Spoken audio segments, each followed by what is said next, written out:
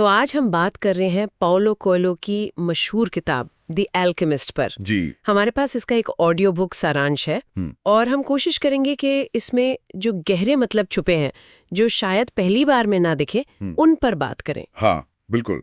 ये कहानी है सैंटियागो की, एक अंडालूसी चरवाहा, जिसे वो मिस्र के पिरामिडों के पास खजाने का सपना आता है बार बार। और सारांश इस बात पर जोर देता है कि ये सिर्फ सपना नहीं था। अच्छा। हाँ, मतलब एक बेचैनी थी, एक पुकार थी कि अपनी आरामदायक जिंदगी छोड़ो और निकलो। तो यहीं से वो अनिश्चित यात्रा शुरू होती है। और शुरू में ही वो राजा मिलता है, मेल्किजेडेक। हाँ, जो उसे पर्सनल लीजेंड के बारे में बताता है। बताता ही नहीं बल्कि सारांश कहता है कि वो उसे एक तरह की जिम्मेदारी का एहसास कराता है। जिम्मेदारी? हाँ। कैसी जिम्मेदारी? कि भाई अपने सपने को, अपने मकसद को नजरअंदाज करना सिर्फ मौका गंवाना नहीं है, ये तो अपने साथ नाइंसाफी करने जैसा है। ये बात सारांश में साफ है। ओके।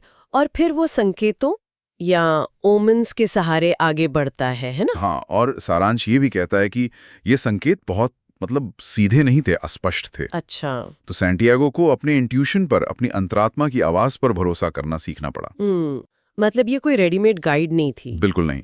संकेतों को समझना वो एक कला थी जो यात्रा के दौरान ही सीखी जा सकती थी, पहले से नहीं। रास्ते में कई लोग मिलते हैं, जैसे वो कांच का व्यापारी। हाँ, तंजीर में।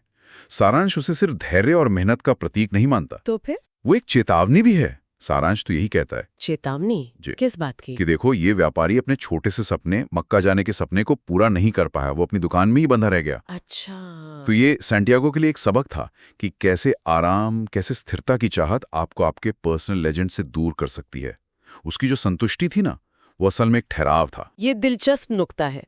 फिर वो अंग्रेज मिलता है, एल्केमी वाला। हाँ, जो किताबों में ही खोया रहता है, रसायन विद्या की रहस्य ढूंढ रहा है। और सारांश के हिसाब से वो सैंटियागो से बिल्कुल उल्टा था। एकदम।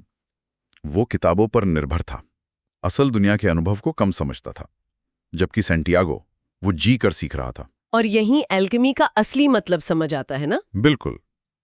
जैसा सारांश में कहा गया है, ये सिर्फ सोना बनाना नहीं है। तो फिर क्या है? ये है खुद को बदलना, अपनी कमियों को, अपने डर को ज्ञान और साहस में बदलना। असली अल्केमी जीवन जीने में है, सिर्फ पढ़ने में नहीं। सारांश इसी बात पर फोकस करता है। और फिर वो असली अल्केमिस्ट से मिलता है। हाँ, अब कहानी अपने चरम पर पहुंचती है।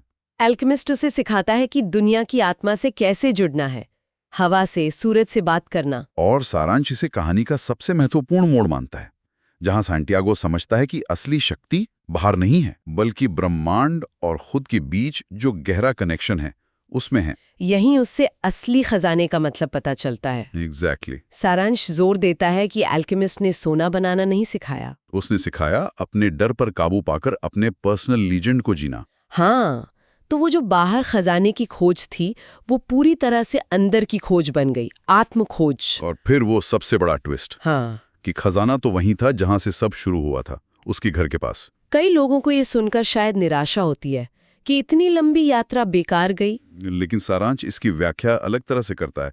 वो कहता है अगर सैंटियागो सीधे वहीं खोदता ना, तो उसे सोना तो मिल जाता, पर वो ज्ञान, वो अनुभव, वो बदलाव नहीं मिलता जो यात्रा ने दिया। अच्छा। उसे दूर जाना पड़ा ताकि वो वापस आकर उस खजाने को पहचान सके, उसका मूल्य समझ सके। यात्रा ने उसे उस खजाने के लायक बनाया। तो असल में यात्रा ही इनाम थी। तो इस पूरी चर्चा का, इस सारांश का निचोड़ क्या है? देखिए, मुख्य संदेश तो यही है, जैसा सारांश भी कहता है, जब आप पूरी शिद्दत से कुछ चाहते हैं, अपना पर्सनल लीजेंड जीते हैं, तो पूरी कायनात मदद करती है। हाँ, पर वो मदद सीधी नहीं होती। वो चुनौतियों के रूप में, संकेतों के रूप में, सही लोगों से मुलाकात के रूप में आती है। और ये कि असली खजाना हमेशा सोना चांदी नहीं होता। बिल्कुल। वो आत्मज्ञान है, प्रेम है, अपने डर पर जीत है।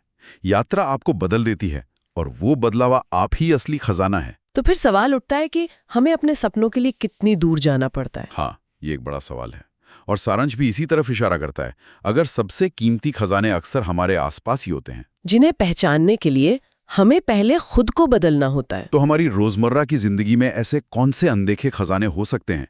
कौन से मौके, रिश्ते या हमारी अपनी क्षमताएं, जिन्हें हम शायद देख नहीं पा रहे? हाँ, शायद इसलिए क्योंकि हमने वो अंदर की यात्रा अभी पूरी नहीं की है। ये सोचने वाली बात